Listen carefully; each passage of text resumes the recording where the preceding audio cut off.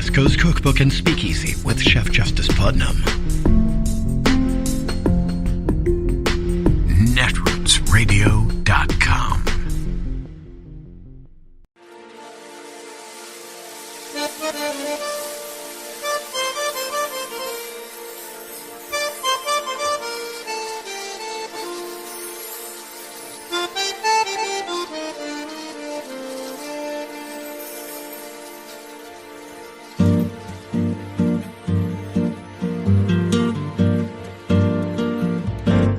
Je voudrais du soleil vert, des dentelles et des théières, des photos de bord de mer, dans mon jardin d'hiver.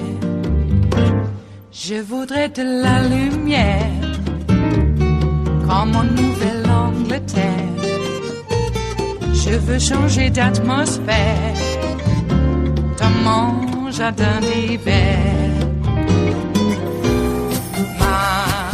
Ma fleur sous la pluie de novembre, tes mains qui courent, je n'en peux plus de t'attendre. Les années passent, il est loin, là je tombe. Nul ne peut nous entendre. Je voudrais du Fred Astaire, revoir un latte. Now, one of the big topics that you are really bringing to the surface for a lot of people, though many are focused on it, is abortion rights in the country and around the world. And you've been such a stalwart leader on women's rights for so many decades. But I want to know, were you impacted personally as a mother, a grandmother, when you saw the news of Dobbs being overturned, and over the last year as you've seen these rights be rolled back even further? You know, Jen, I, like a lot of women, have been very upset by the Dobbs decision, which I think is a poorly written and poorly argued decision, which has so many implications even beyond abortion, since it basically tried to eliminate the right to privacy, which, in my view, underscores so many of our other rights. So I was upset by that, but I was also really troubled that the idea that this court would make such a decision under, in many ways, false pretenses because of the way it was reasoned, and then throw it back to the states with the belief that they had, which, you know, led to the states beginning to make their own decisions. Okay. But I also thought about, you know, my granddaughter and my daughter and women and girls that I know around the country.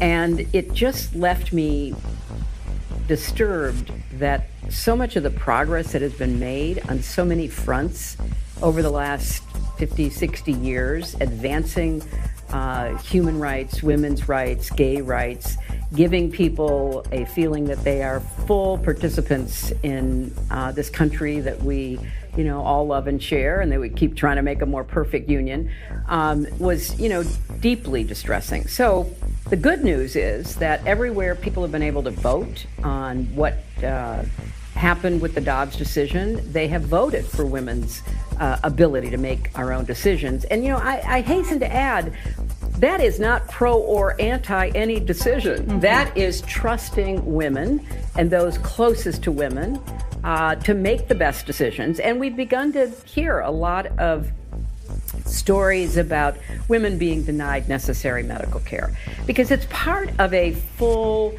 range of healthcare services. So I think I, like the majority of Americans, based on both votes we've had and any polling I've seen, really disagree with what the Supreme Court did.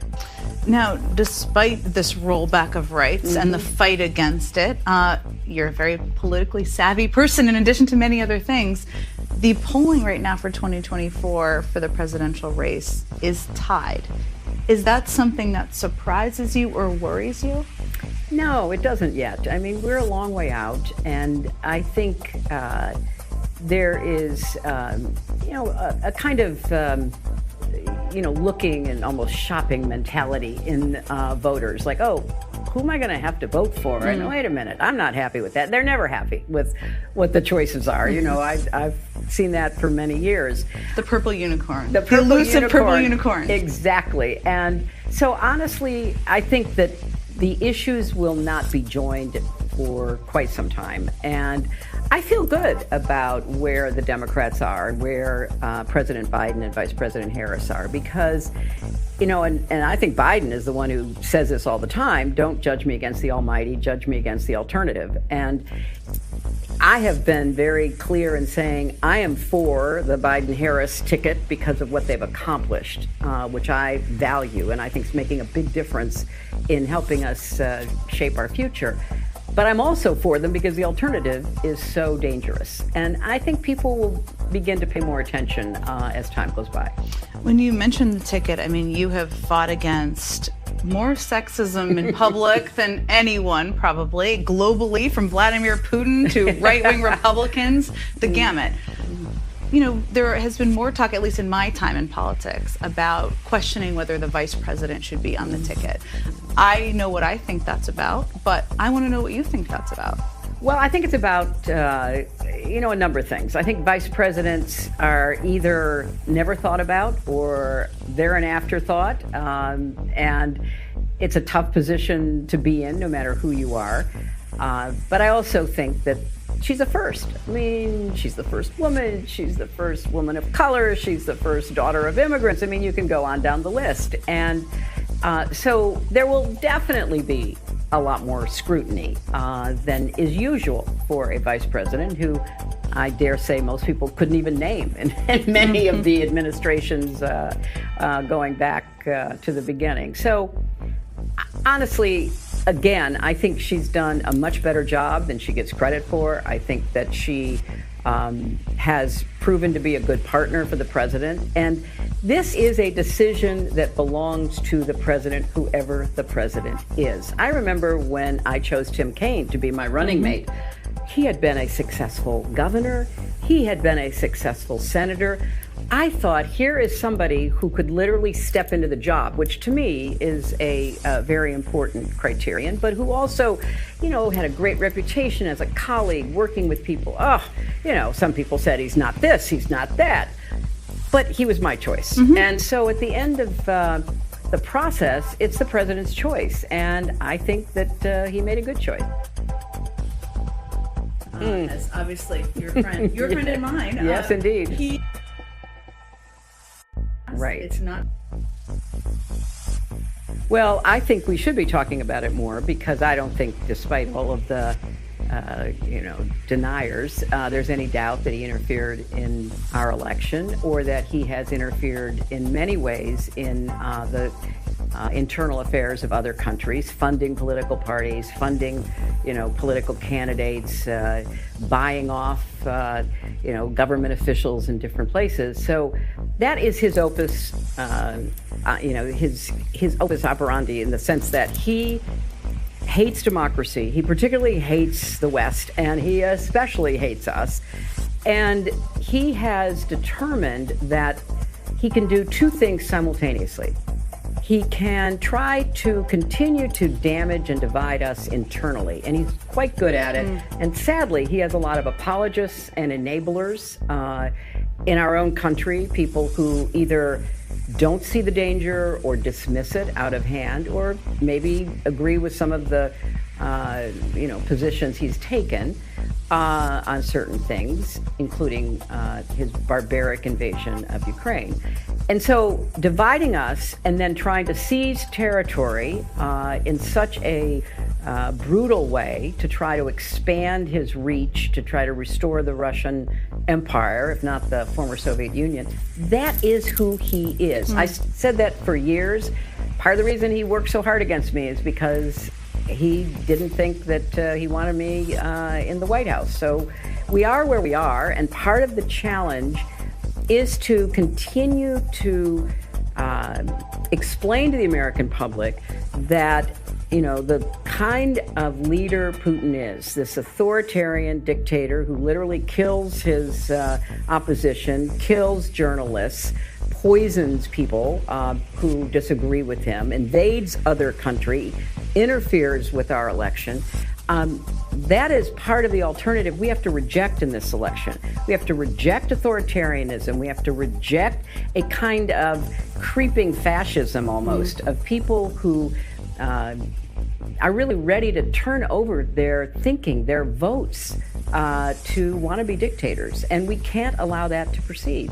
So I think it's fair to say that you have a tough job because you have to talk about what's happening in the news, but you also have to keep people's eyes on what's right behind the horizon. And I fear that the Russians have proved themselves to be quite adept at interfering, and if he has a chance, he'll do it again. Another person whose skin you've gotten under is Donald Trump, of course, who is facing 4 indictments, as we know. He recently said that it would be very unlikely that he would attempt to pardon himself. Do you believe him? I don't believe him on anything. Why would I start believing him on that? The thing about him, and I'm not the only person who's noticed this, is he engages in what psychologists call projection. So whenever he accuses somebody else of doing something, it's almost guaranteed he's doing it himself or he's already done it. Or whenever he denies thinking about doing something or doing it, it's almost guaranteed he is thinking about it or he's already done it. No, fair enough. You have talked in the past, and you are a lawyer, among many other things. There's going to be a process that plays out. Of course, there are many options here. But there are many people in this country who want to see him held accountable. Do you think, you're a private citizen, that if he is convicted, he should go to prison? I'm not going to substitute my judgment for the judicial system. As you say, there are 4 cases, I think 91 counts in those 4 cases. I'm not in the midst of evaluating, the evidence. I don't know what's going to happen. I'm not sure when they will even get to trial. And if they get to trial, how long appeals will take, because we know that he will drag it out as long as possible. So I want to just support the idea of accountability because that is what's important, that nobody is above the law, and there's no reason why any of us should object to a process that is being played out in the public arena as these cases are.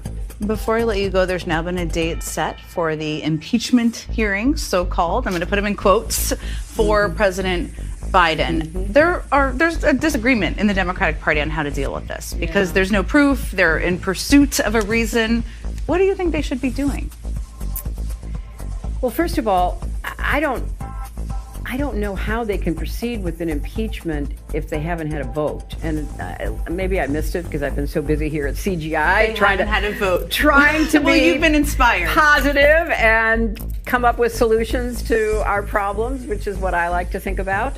So I don't know how they're just basically blowing off the process. There's no there, and in fact, it seems they know there's no there, and sadly, the Speaker of the House is too weak to stand up against the most rabid, block of his members who don't care what the truth of the facts are. They just want to, be able to grandstand and try to cause President Biden problems. I mean, it's not a real threat. It's a terrible bother. But more than that, it is a real confession by the Republican Party.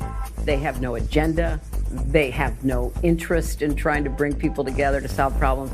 I have said for years, because I was in the Senate when I voted for immigration reform, as a majority of the Senate did, and George W. Bush said he would sign it, and the House wouldn't take it up, because they don't want a solution to what's happening on the border. They want a political problem that they can try to use for their own benefit. That's what this is, to keep, the base, whoever that is, in some parts of our country all riled up while they make up stuff that has no basis in fact. It is no way to run a great country, and the only way we're going to get through this, Jen, is by defeating them. People say to me all the time, well, what can we do? And I say, well, you can vote. And they go, well, what else? I said, that's the most important thing. That's the one. That's it. You get up there and you vote. And you vote for people who actually want to get things done and don't traffic in lies and falsehoods and hatred and divisiveness. That's what you can do to help our country. It is Monday, the 25th of September of 2023, and you are in West Coast Cookbook and Speakeasy. I am your chef de cuisine, Justice Putnam. Gunner the English Bulldog is our snoozing sous chef. Precious, the little Yorkie, is our door girl, and she will be seating you directly for our especially special daily special, River City Hash Mondays. Oh my, yes. It's the appropriate weather for it as well. We are moving irrevocably into fall, because that's how the seasons work. So quite a weekend. Got old Menendez there still. Looks like before I put myself into the bubble here a little bit ago, looks like he's going to have a press conference halfway into the show. So, well, we'll find out what he says about that. You will. I think that I'll probably forego it until later. But we'll see. I might take a look during the break. So, yes, I wanted to have a longer clip of Hillary because we need to hear more from her. I know some people say she's damaged goods, but who damaged her? That vast right-wing conspiratorial network that everybody pilloried Hillary over. Oh, listen to the little lady. Why don't you bake cookies, lady, and leave the good old boys alone? She knew all about the good old boys, and she knew that there was a vast right-wing conspiracy like the rest of us did. But for some reason, was it latent misogyny? Because I don't know why, but it seemed like a switch had been turned when Bill and Hillary came on to the scene as president and first lady. Suddenly, Hillary Clinton was, I don't know, the personification of every evil witch in the world and all world history. What was that all about? Well, she tried telling everybody there's a vast right-wing conspiracy out there, pushing an agenda, pushing a narrative. And who was that vast right-wing conspiracy? It encompassed more than the old Southern good old boy system. It's what we now call, well, I call, but we will soon be calling, if you're in another country and you have free thought, because we're not going to have that here. Yeah. I call them the Nazi billionaires. The Koch brother network, the Petersons, the DeVosses, etc., etc., etc., who have been funding this Nazi takeover of the United States of America for decades and decades and decades. And I'm looking at you, the Federalist Society. I'm looking at you, the Heritage Foundation. I'm even looking at the Family Research Council. I wouldn't necessarily put them up on the same monetary level as those other Nazi billionaires. But let's not turn up our nose at that network. They bought off which judges on the Supreme Court? The virulent Republican ones. Our side will recuse themselves if they put cream cheese on a bagel, and there might be somebody who's loosely affiliated with the Dairy Association in some backwater burg in Wisconsin, because they make cheese there. Their side, they'll get wined and dined, and then a strategy before the decision the next day with the principals involved in the case that they asked to be brought before them so that they could judge accordingly. If only I had a case where we could get rid of Roe v. Wade. I wish someone would bring it, and they did.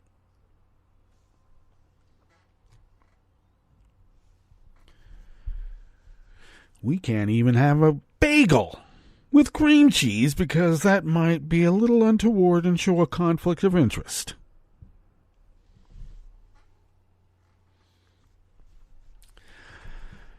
Now, on a related matter with Menendez, I'm not going to get into a comparison about what happened to Al Franken and what's happening in Menendez in terms of Democratic leadership kicking Al Franken to the curb and supporting Menendez.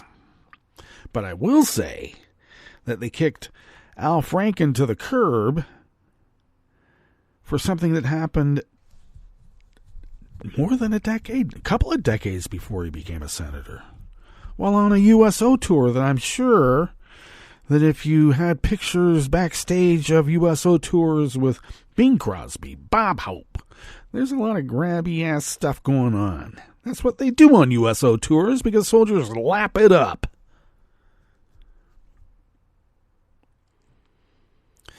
Now, I know everybody is innocent until proven guilty. But this indictment for Menendez and what he's accused of doing, especially the national security implications of protecting a country who was involved in the Khashoggi murder, because Egypt apparently had something to do with luring... Oh, that's right. They lured him to the embassy in Egypt.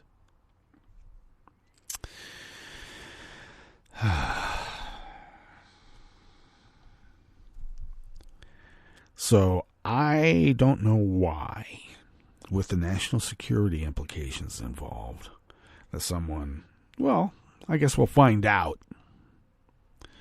8:30 our time out here.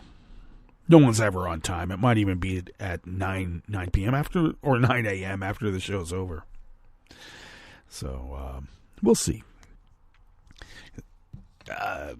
Certainly should not be seated on any intel-type committees.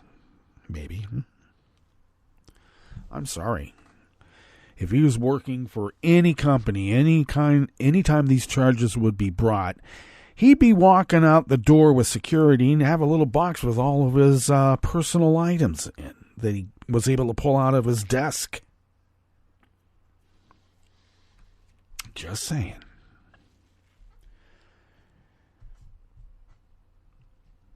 As much as I hate to admit it about the Al Franken situation, there was a lot more women that said he was kind of grabby and creepy and whatever, but I don't know. What I do know is that when they got him off those committees, the MAGA types, took advantage of it. I'm just saying. So I understand Schumer's hesitancy in terms of the political implications involved here, but appoint somebody else as leader. Okay. Oh, I see that George Santos came out to Menendez's defense, which I suppose proves that Menendez is guilty as hell because it takes one to know one, right? Right? I don't know. Gold bars, bribery money, setting policy to protect a foreign country involved in the murder of an American citizen, or at least a resident. You don't do that. Okay, we don't allow that. I know Trump wants to line up Comcast and MSNBC and NBC up against the rock pile and execute them for treason. So that kind of rhetoric just means that there's some big-time legal shit coming down on that guy this week. And I want to know how come he always knows about it beforehand, because I think maybe Jack Smith and all the other prosecutors are doing the right thing and giving the Trump team a heads up, like, we're coming to get you. One can only hope. All right. What do we have in store for you on this Yom Kippur Monday, by the way? Yeah, Yom Kippur. Old Marjorie Taylor Greene and let's not forget the New York Police Department, Union Head, put out Yom Kippur celebration. You celebrate Yom Kippur. What's wrong with these people? Don't they have any idea what atonement is? No, apparently not. But, they put out images of a menorah for Yom Kippur. Because I got to tell you, all Jewish holidays look the same to these anti-Semite bigots. They just do. But it is Yom Kippur, and we are fallen from the angels here at West Coast Cookbook and Speakeasy. And that's why we're here. Okay? So what do we have in store for you? Well, let's take a look. A Florida judge ordered a far-right blogger and Proud Boys associate be arrested and held in contempt of court in a civil suit brought by a former Florida House candidate for defamation, too. We'll see how that goes.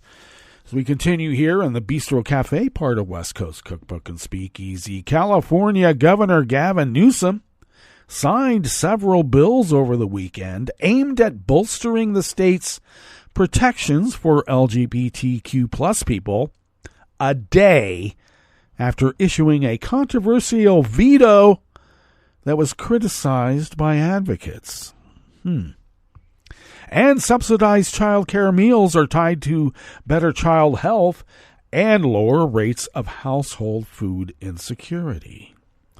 After the break, we move to the chef's table, where European Union antitrust enforcers slapped Intel with a fresh $400 million fine in a long-running legal fight.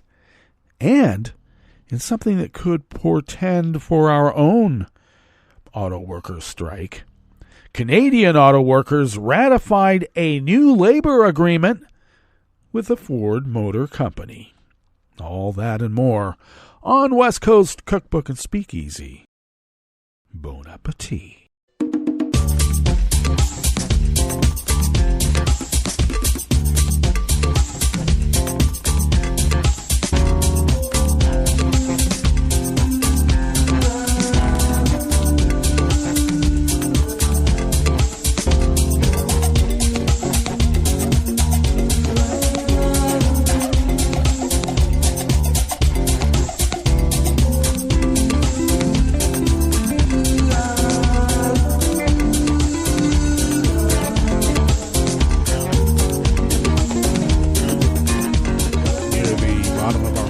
At netrootsradio.com. To the right of the page is the chat room link, and the chat room is monitored by Kelly Lincoln, and thank you, Kelly, and for everything else that you do.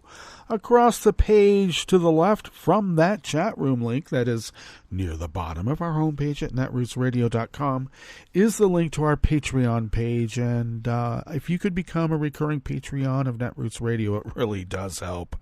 And I'll tell you how you can do that. If you could send us what you might spend on an espresso-type coffee drink, for instance, if you could send those funds to us once a month, we are able to then pool those funds with like-minded folks who have sent like-minded funds, and then we're able to make a big dent on the bills and other costs associated with running this powerhouse of resistance, and we have you to thank. Thank you.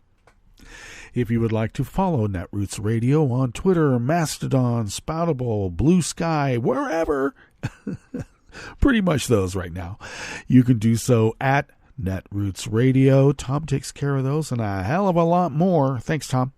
Follow me on Twitter, Mastodon, Spoutable, Blue Sky, Tumblr. Yeah, I'm on Tumblr, Instagram, Facebook. You can find me most anywhere as Justice Putnam, and in a lot of cases at Justice Putnam. So whatever works, you'll find me there. And on those social media sites that I mentioned, I post the show notes and links diary. Actually, I'll associate this in just a second. 10 minutes before showtime, the show notes and links diary that I put up gets published. And those links can be found quite easily on my social media sites. So if you follow me there, and for other tidbits of mirth, whatever it is. You'll get all of that at those social media sites that I named. You can also follow the show on Twitter, and it's mostly just a placemat. I apologize. But it is there at Cookbook West. We will activate and become more involved with the show account when I get them up on other platforms. I promise. Okay. Now, most importantly, if you could pick up podcasts by way of Spreaker, TuneIn, iHeart, YouTube, iTunes, anywhere but Stitcher, because Stitcher no longer exists. We were with Stitcher in the very beginning. But anyway, if you could pick up those podcasts by way of any of those, it would be grand. So please do. Okay.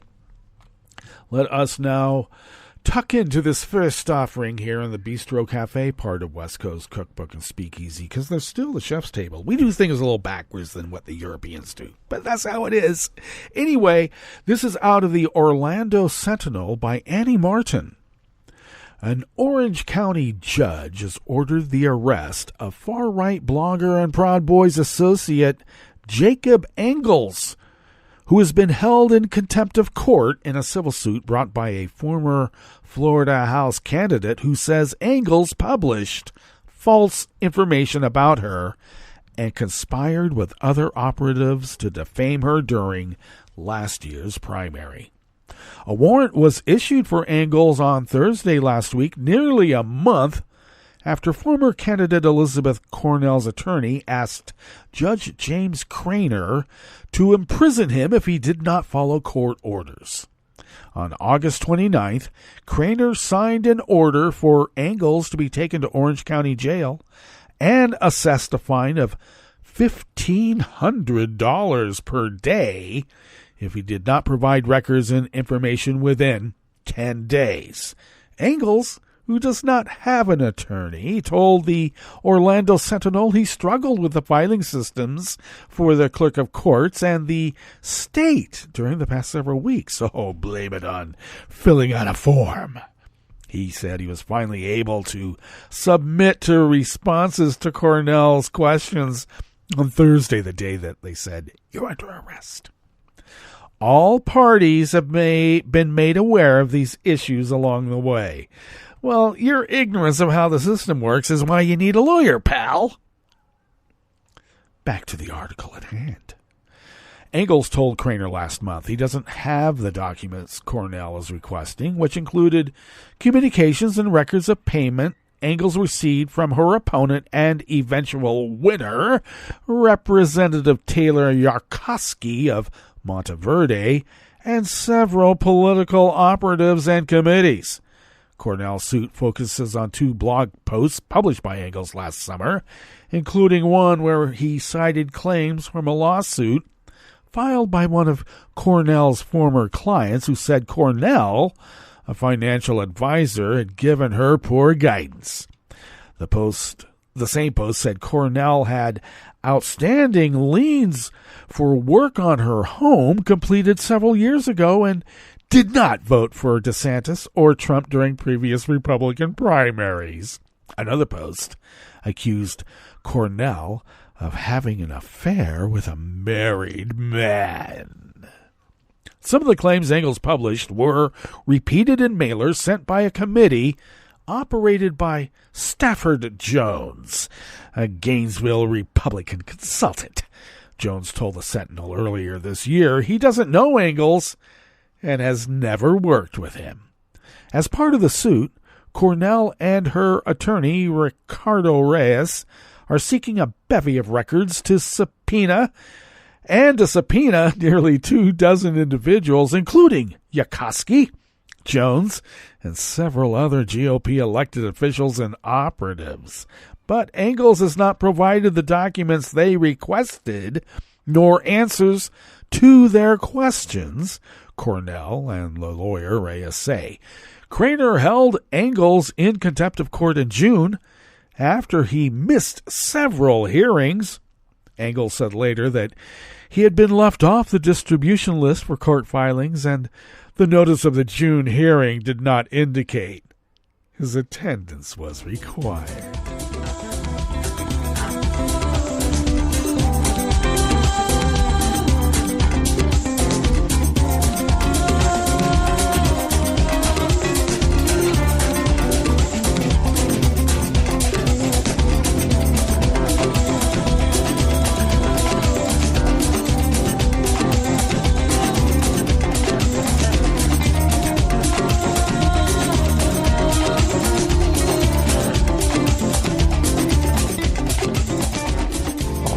weekend staff from the Associated Press brings us this next offering here in the Bistro Cafe of West Coast Cookbook and Speakeasy, Yom Kippur River City Hash Mondays.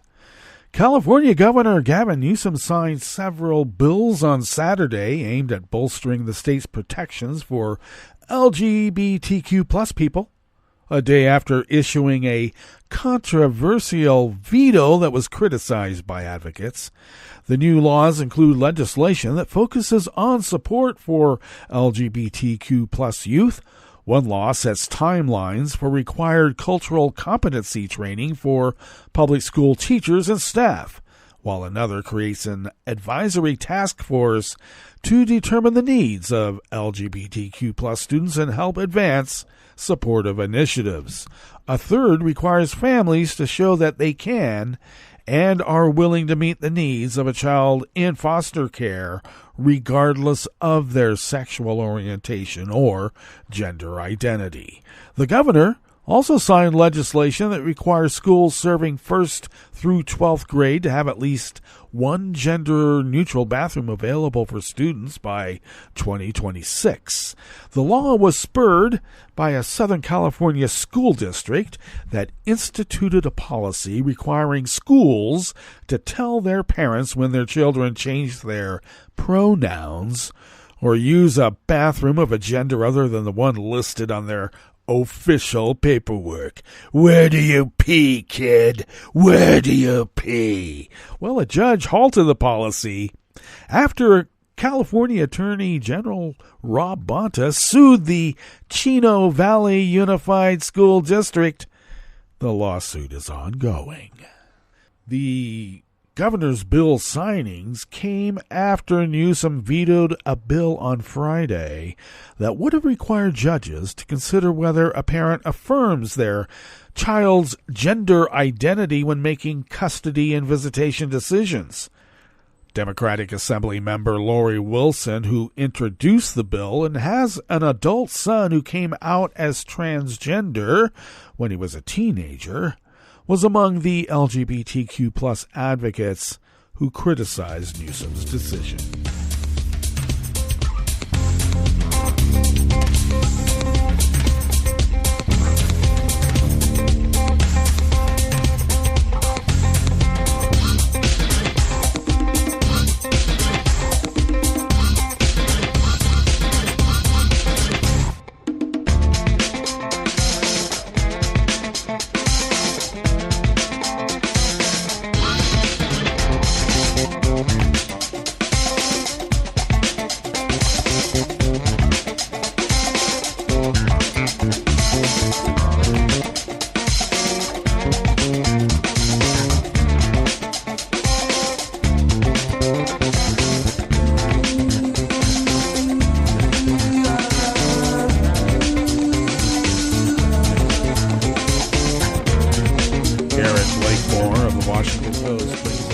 Final offering here in the Bistro Cafe part of West Coast Cookbook and Speakeasy.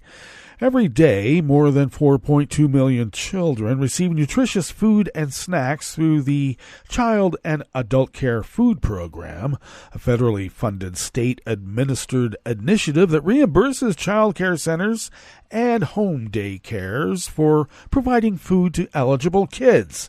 A new analysis suggests the program positively affects not just children, but also their families, tying subsidized child care meals to better child health and lower rates of household food insecurity. The study, published in the Journal of the Academy of Nutrition and Dietetics, found children who received subsidized meals in child care settings were 30% less likely to have household food insecurity, 39% less likely to have poor or fair health, and 41% less likely to be admitted to the hospital from the emergency room than their peers who ate meals provided by their parents while in care. Researchers interviewed primary caregivers of 3,084 young children receiving ER or primary care in Baltimore, Boston, Little Rock, Minneapolis, and Philadelphia between 2010 and 2020. All of the children were between 13 and 48 months old and lived in low-income households, and all received subsidized care outside the home for 20 hours or more per week. Most of the children were eligible for the food program. The majority of the children, 87.2%, had their meals and snacks while in child care provided by the center or child care provider, while 12.8% of the children's meals and care were provided by their parents. Overall, the children with parent-provided meals were younger and likelier to have been born with a low birth weight than their peers who received meals from the child care providers. They were also less likely to have insurance and less likely to have public insurance than their peers. The study did not show significant differences in children at risk of being underweight or overweight or whose parents identified developmental risk factors. A large proportion of the kids whose parents provided their meals and snacks had special health care needs, so the researchers controlled for that factor in an analysis that showed no change in significance when it came to household food insecurity or fair or poor child health. Since earlier research suggests children with special health care needs are at a higher risk of food insecurity, the researchers write that this shows a potential buffering effect of child care feeding programs. All right, with that, let us now go to our break. And when we get back from that break, we will go through weather from around the world. And we will finish up with the stories that we've curated for you today. You are listening to West Coast Cookbook and Speakeasy, and we will be right back. You are listening to netrootsradio.com. Please hang up and try again.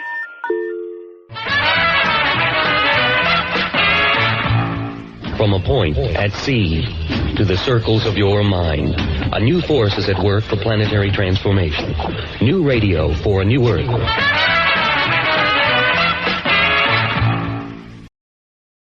This is Take Two Movie Review. I'm Clinton Johnston. This week, Murder in the Third Degree. If Kenneth Branagh's and Michael Green's Murder on the Orient Express was about grief, and their Death on the Nile was about love, then A Haunting in Venice is about being haunted by the horrors you have seen, with worry for your loved ones who suffer, by regret for the love you never got, but most of all, haunted by death, by the people you've lost.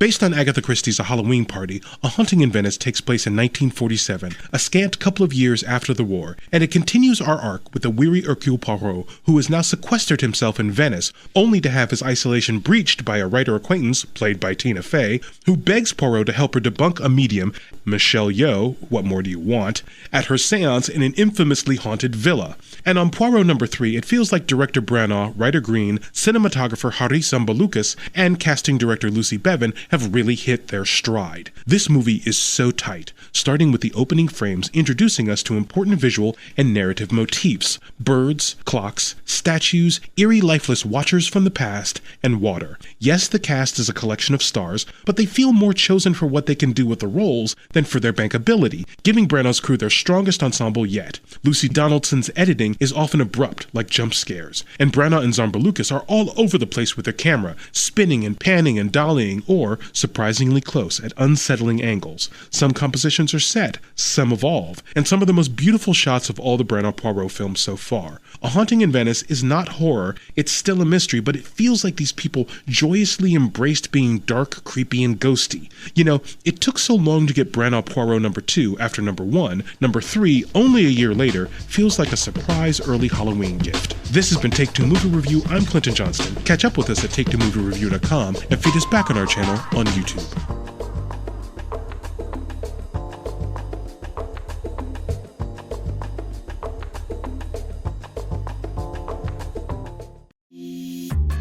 This program is presented by the Centers for Disease Control and Prevention. Heart disease and stroke can be catastrophic. They're leading causes of death, disability, and healthcare spending in the U.S., yet they're largely preventable. Alarmingly, heart disease and stroke are taking a toll on middle-aged adults 35 to 64, with over 800,000 deaths and hospitalizations in 2016. Million Hearts is a national initiative focused on preventing 1 million heart attacks, strokes, and other cardiovascular events by 2022. Coordinated actions by Million Hearts partners in communities, healthcare, and public health will keep people healthy, optimize care, and improve outcomes in populations at risk. Everyone has a part to play. Focus on the ABCs of heart health. A. Aspirin use when appropriate. B. Blood pressure control. C. Cholesterol management. And S. Smoking cessation. To learn more, visit cdc.gov/vital signs. For the most accurate health information, visit cdc.gov or call 1-800-CDC-INFO.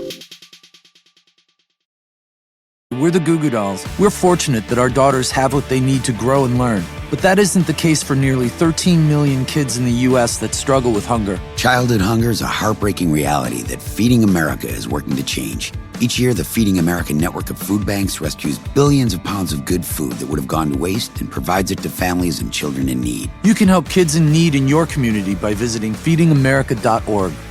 Brought to you by Feeding America and the Ad Council.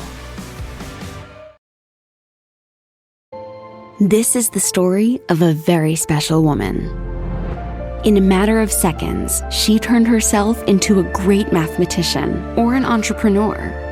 Her knowledge was limitless and still is. She could also make monsters disappear, especially those that lurked in the shadows under the bed. Once, this woman put back together a teenage girl's broken heart, which had been shattered in 1,000 pieces, just by giving her a bear hug. She masqueraded as a regular person at work, but as a superhero at home. Everyone knows her as Gabriella. I still call her Mom.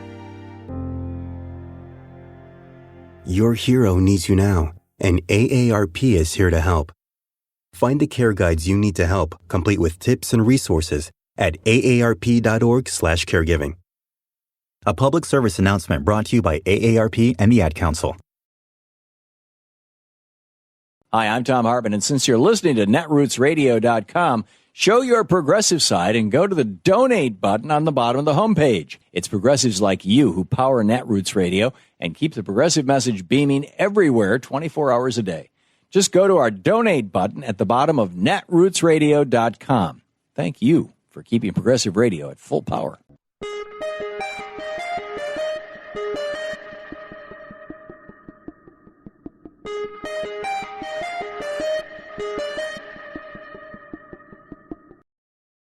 I'm Rick Smith, and this is Labor History in 2. On this day in labor history, the year was 1961. That was the day when Herbert Lee was murdered just outside of Liberty, Mississippi. He was a successful black cotton farmer who became active in efforts to register black voters. Lee had 9 children. He was one of the few area black farmers with a vehicle. This made him very valuable to the voter registration movement. Lee would drive Bob Moses from the Student Nonviolent Coordinating Committee around Amet County to reach unregistered voters. It was dangerous work to register black sharecroppers and farmers in rural Mississippi. Attempts by black residents to gain legal or economic equality were met with threats and violence. On the morning of his murder, Lee had come to the Westbrook Cotton Gin just outside of Liberty to drop off a truckload of cotton. There, he was met by a childhood friend, Mississippi State Representative E.H. Hurst. Hurst came up to the truck and started shouting at Lee. Then he took out a gun and shot Herbert Lee in the head. Witnesses stated that Lee had brandished a tire iron at Hurst. Hurst claimed self-defense. A jury declared the murder was justifiable homicide. Lewis Allen, a black farmer and timber worker, was one who had testified about witnessing the shooting. Later, he recanted his testimony, saying that he had lied about Lee threatening Hurst because he feared for his life. After Allen began to talk about what he actually saw that day, he became the victim of harassment and beatings. Finally, on January 31st, 1964, he too was gunned down in his driveway. No one was ever convicted or even arrested for his murder. Labor History in 2 brought to you by the Illinois Labor History Society and The Rick Smith Show. For more information, go to laborhistoryin2.com, like us on Facebook, and follow us on the Twitters at Labor History in 2.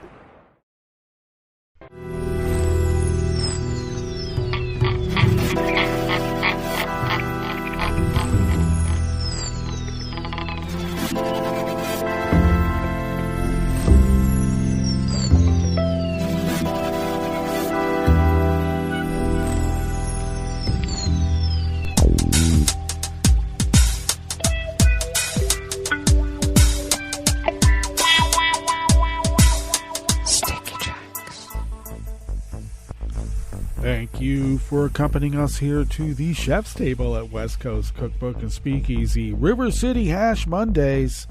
We always begin weather from around the world along the banks of the Rogue River, in the Rogue River Valley of southern Oregon on the west coast of the continental United States of America, where it is currently 52 degrees Fahrenheit, expecting highs of only in the low 60s. Oh my.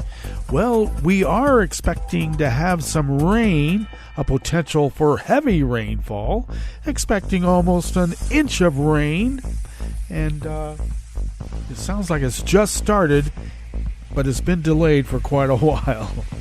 And it looks like we're going to have at least 2/3 to an inch of rain tonight, and then tomorrow about a 1/4 inch. And we'll have rain showers with some sunshine later in the day tomorrow with highs up near 70. We'll have overnight lows in the low 50s, by the way. Ragweed pollen is rated high right here in Rogue River itself. The air quality index for the region is in the good range at 39 parts per million. And the daytime UV index is moderate at level 5. And I would say take care anyway. Barometric pressure is rising at 29.82 inches. Visibility is up to 10 miles. And relative humidity is at 85%.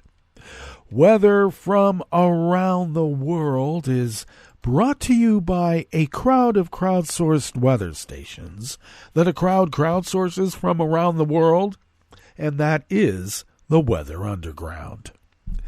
London is 71 degrees and mostly cloudy. Paris is 75 and mostly cloudy. Rome is 76 degrees and partly cloudy with an advisory for a potential disruption due to wind. Kabul is 60 degrees and clear. Kyiv is 75 and partly cloudy. Hong Kong is 83 and fair. Tokyo is 71 and fair. Melbourne, Victoria, Australia is 53 degrees and mostly cloudy. San Francisco, California is 61 and mostly cloudy. Chicago, Illinois is 65 degrees and cloudy. And New York, New York is 61 degrees with light rain and a small craft advisory. So if you're on a small craft, be advised. And that is weather from around the world, brought to you by a crowd of crowdsourced weather stations that a crowd crowdsources from around the world.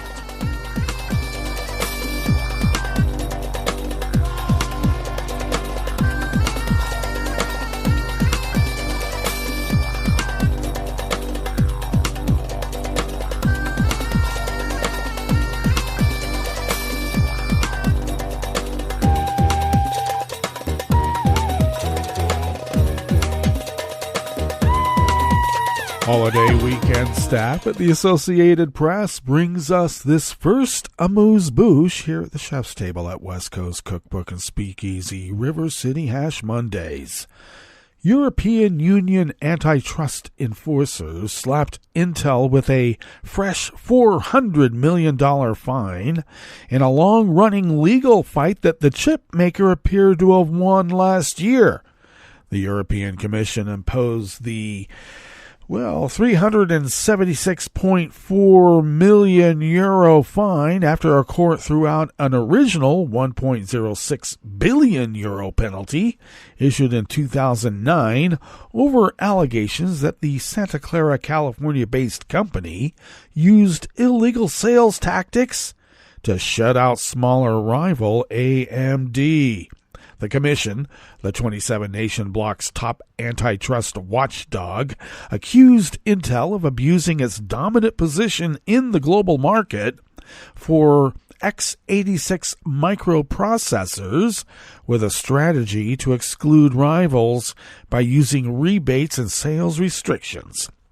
The EU's General Court last year annulled the original decision, saying that the Commission's analysis of the rebates did not meet legal standards. However, the court confirmed that the sales restrictions amounted to an abuse of Intel's dominant market position. It could not decide how the total fine could be divided up between the two offenses, leaving the commission to come up with a new number. The lower fine imposed by today's decision reflects the narrower scope of the infringement compared to the 2009 Commission decision, the EU watchdog said. Intel's European press team did not immediately respond to an email seeking comment.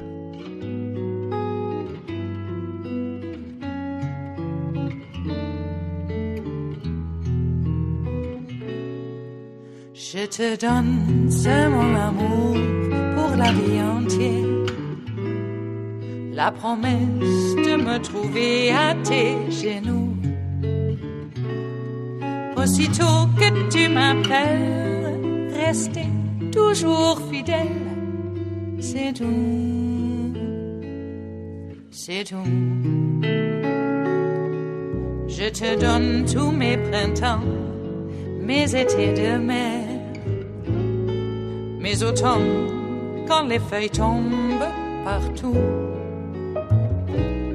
Si ce n'est pas une bonne affaire, je te donne tous mes hivers. And even more holiday staff at the Associated Press brings us this final amuse-bouche here at the chef's table at West Coast Cookbook and Speakeasy.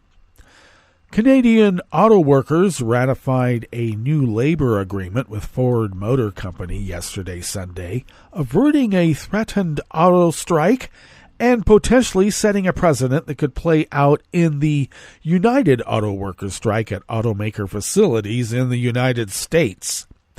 The new agreement raises base hourly pay for production workers by almost 20% over 3 years and by more than 25% for trade workers, the Canadian Auto Worker Union Unifor said. It also gives permanent workers a $10,000 Canadian bonus and adds a cost of living adjustment, a mechanism that adjusts wages in line with inflation. Ford described the pact as a 15% wage increase over the 3-year life of the agreement, but according to the union, that figure does not include compounding of each annual increase or the initial cost of living increase, both of which should increase workers' actual pay. Ford did not immediately respond to a request for clarification because why would they? It's been 1 week since the UAW launched historic work stoppages against major car makers. The United Auto Workers Union's targeted strikes against General Motors, Stellantis, and Ford began after the union's contract with the companies expired at midnight on September 14th. At the time, 13,000 workers walked out of 3 assembly plants.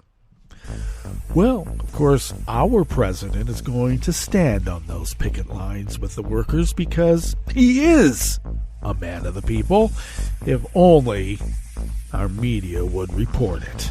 All right, well, we just did. And that brings us to the end of our broadcast period for the day. But you do know Netroots Radio broadcasts on, and we will be meeting up here tomorrow for Tarrytown Chowder Tuesdays. So do stay tuned to Netroots Radio all day and all night for all the breaking news as it breaks. And we will meet up here tomorrow, right here in West Coast Cookbook and Speakeasy. Bon appetit.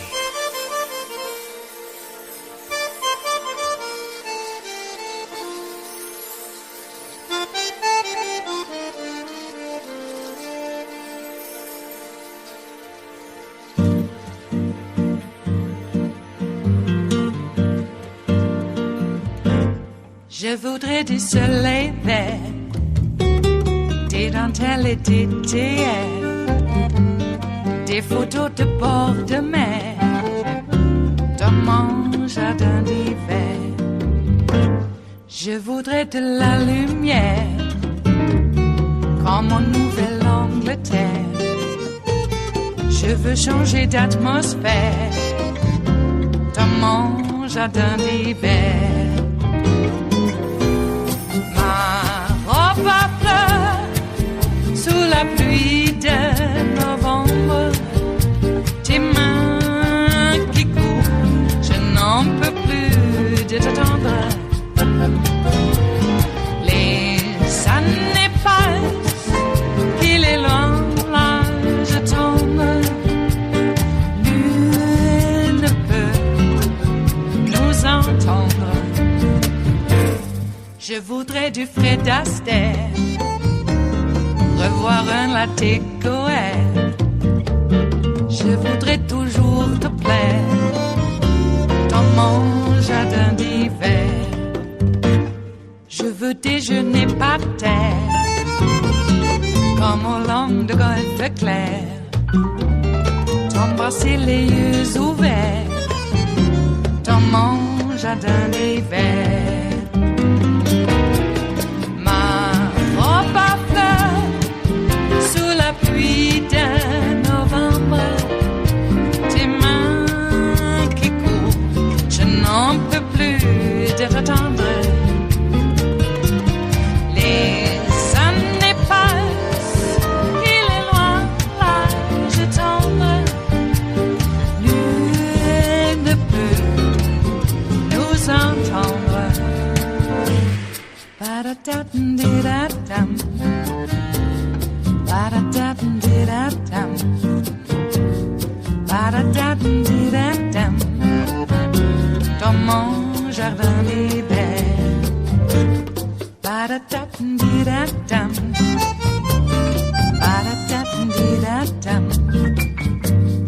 Ba-da-da-dum-di-da-dum. Dans mon jardin d'hiver.